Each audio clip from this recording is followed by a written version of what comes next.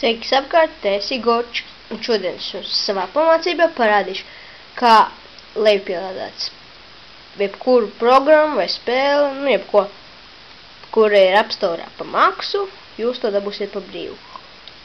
Tad segojiet to, ko es daru. Tad pirmais ejam internetā. Reiz ejam šādā mājaslapā. vshar.com.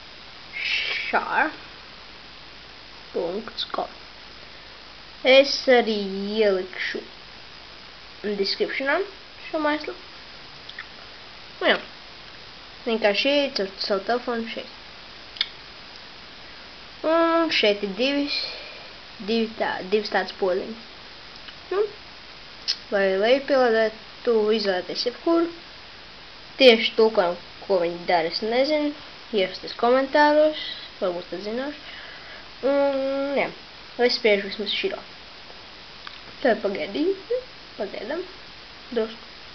Un nospiežam install. Lai kaut kas izstājas. Pagaidīsim.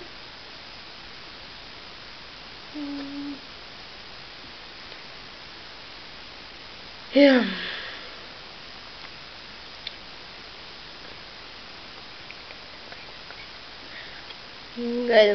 Gaidam.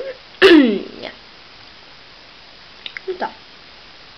Kamēr ielādēsies, bet tas nebūs baigi ilgi. Tas tā, pāris minūtes.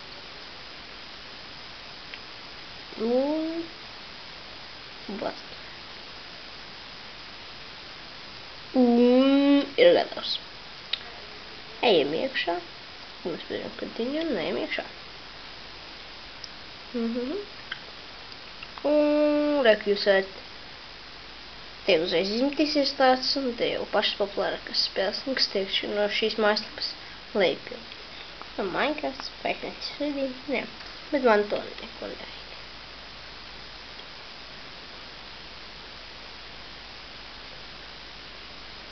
Un jā.